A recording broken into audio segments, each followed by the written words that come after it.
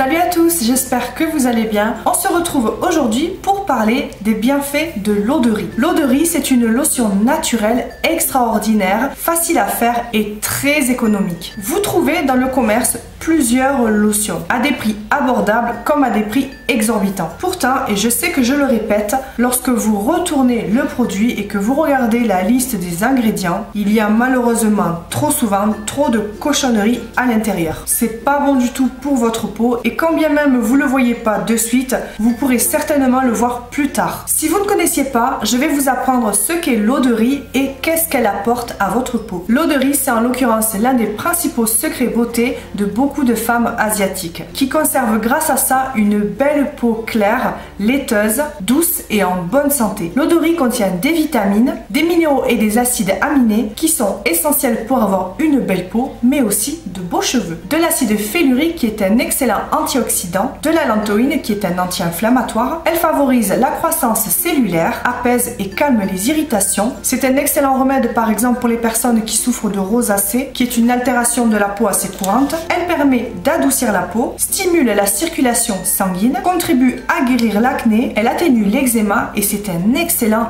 anti-âge. Elle favorise également l'élimination des impuretés, elle nettoie votre peau, elle a un effet blanchissant sur la peau qui permet d'aider à éliminer les taches sur le visage, elle raffermit la peau, resserre les pores, rend la peau plus lisse et brillante, mais aussi repulpée et rayonnante. C'est vraiment une lotion tonifiante hypoallergénique qui donc va favoriser l'élimination des impuretés, combattre l'acné, l'excès de brillance et vous donner cette belle peau douce et laiteuse. Donc comme je viens de vous l'expliquer, la lotion d'eau de riz, vous l'utilisez donc sur le visage. Mais l'eau de riz n'a pas que des bienfaits sur le visage. Elle a également des bienfaits sur les cheveux, mais aussi sur l'ensemble du corps. Sur les cheveux, par exemple, elle va renforcer l'élasticité de vos cheveux, apporter de la brillance, elle rend les cheveux plus forts et plus sains et elle rend les cheveux très doux. Sur les cheveux, elle s'utilise après votre shampoing ou votre après-shampoing. Vous la mettez sur l'ensemble des cheveux, vous massez et vous laissez poser quelques minutes puis vous rincez. Et une petite astuce, si vous rincez une dernière fois vos cheveux à l'eau froide,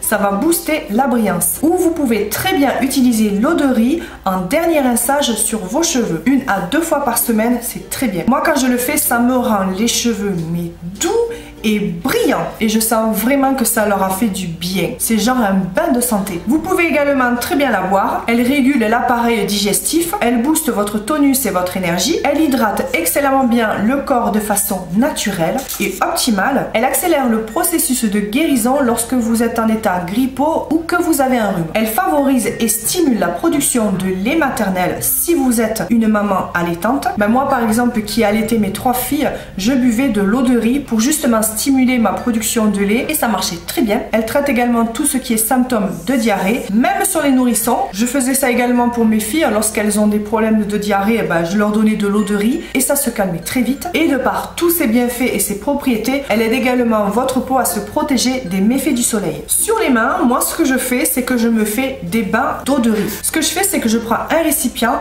ou sinon je le fais directement dans mon lavabo que je remplis avec de l'eau de riz. J'y rajoute soit du jus de citron frais, soit quelques gouttes d'huile essentielle de citron et je laisse mes mains tremper dedans de 10 à 15 minutes. Mais pour la beauté des mains, j'ai prévu une vidéo où je vous en dirai beaucoup plus. On en vient maintenant à comment faire votre eau de riz. C'est très simple. Si vous êtes d'origine Hmong comme moi, le riz que vous avez à la maison ou chez vos parents, c'est forcément le meilleur.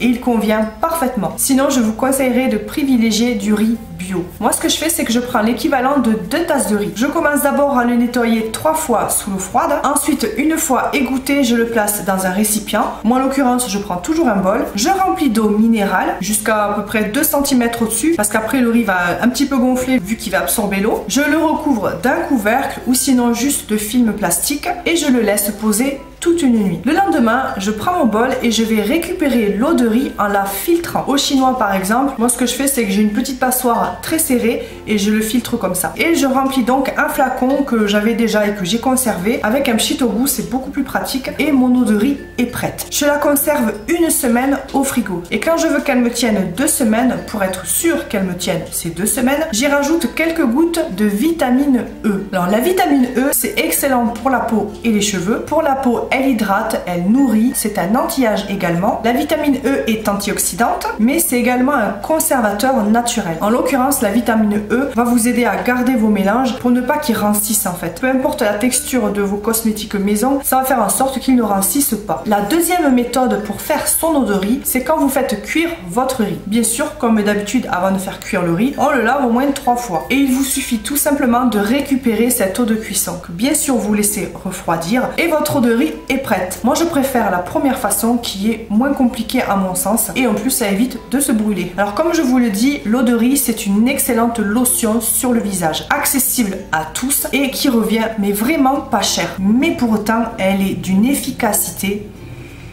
Je le conseille à tout le monde. Même ma mère s'y est convertie. Cette eau de riz, pour avoir de meilleurs résultats, bien sûr, il faut l'utiliser fréquemment. Un minimum de 2 fois par jour, c'est très bien. Juste après avoir nettoyé votre peau en guise de lotion, soit vous pchitez directement comme ça, soit vous imbibez un coton et vous la passez vraiment comme une lotion. Moi, j'adore en mettre. En plus, celle-ci, c'est la seule que je laisse au frigo. Moi, ce que je fais dans ma routine pour utiliser l'eau de riz, c'est que j'en mets le matin au réveil. Dans ma routine, le matin, quand je me lève et je me dirige en bas dans la cuisine. J'ouvre mon frigo, je prends mon eau de riz, je me suis mis des cotons dans mon buffet parce que juste au-dessus en fait j'ai un miroir. J'imbibe mon coton et je viens nettoyer un premier coup mon visage avec l'eau de riz. Ça fait un bien fou, c'est rafraîchissant parce que c'est frais et après je sens de suite que la peau elle est hydratée, elle va mieux, elle est apaisée. Ça réveille mon visage en douceur. C'est vraiment mon premier geste beauté du matin. Ensuite je fais mes petits trucs et tout et ensuite quand je remonte à l'étage dans ma salle de bain pour me préparer, juste après avoir nettoyé mon visage, je vais pchiter comme ça mon visage avec l'eau de riz. Je m'en sers aussi également en alternant avec l'eau de rose comme fixateur maquillage. Et oui, ça marche aussi et c'est nickel. Et en plus ça donne cet effet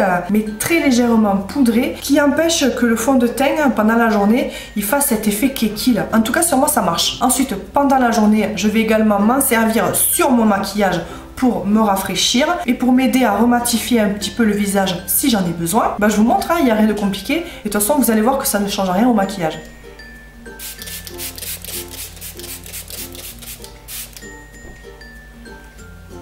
Et voilà, vous voyez, ça change pas grand chose. En plus aujourd'hui j'ai fait un maquillage assez chargé, donc c'est vraiment pour moi le produit à avoir. En plus nous les Hmongs, les asiatiques, c'est pas comme si on manquait de riz quoi. Sachant que nos parents ils mangent tous les jours à chaque repas du riz. Donc si vous êtes toujours chez vos parents, vous avez au moins 2 fois l'opportunité de vous faire votre eau de riz. Plutôt que d'aller dépenser son argent dans une lotion que s'il faut, et vous le savez pas encore, cette lotion contient des ingrédients que votre peau n'apprécie pas particulièrement, là il n'y a rien du tout, c'est de l'eau de riz. Et pour finir, je m'en sers également comme liant dans mes masques. Lors de mes vidéos précédentes, je vous dis que pour lier les ingrédients entre eux, pour justement faire votre masque maison, je prends comme liquide une eau florale ou bien encore du lait, et bien ça marche aussi très bien avec l'eau de riz. Ce que je fais également pour un masque hydratant, et ça j'adore parce que ça fait un bien fou. Alors je vous l'ai pas mis dans les masques hydratants parce que je voulais vraiment une vidéo dédiée à l'eau de riz parce que genre c'est vraiment un truc qui tue et que selon moi c'est un truc à avoir quoi. Ce que j'aime bien faire c'est que je prends un tissu en coton, en l'occurrence je prenais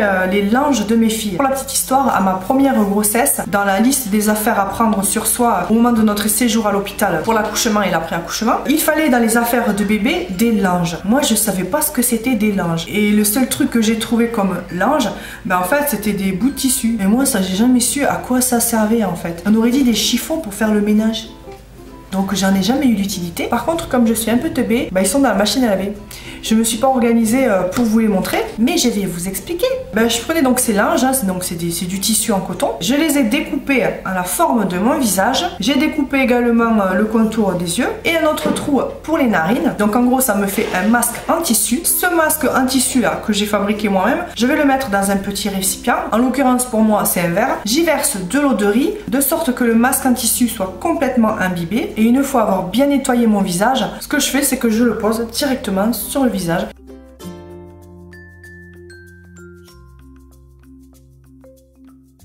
Et je vais me relaxer comme ça le temps que le masque agisse. J'aime beaucoup y rajouter des tranches de concombre.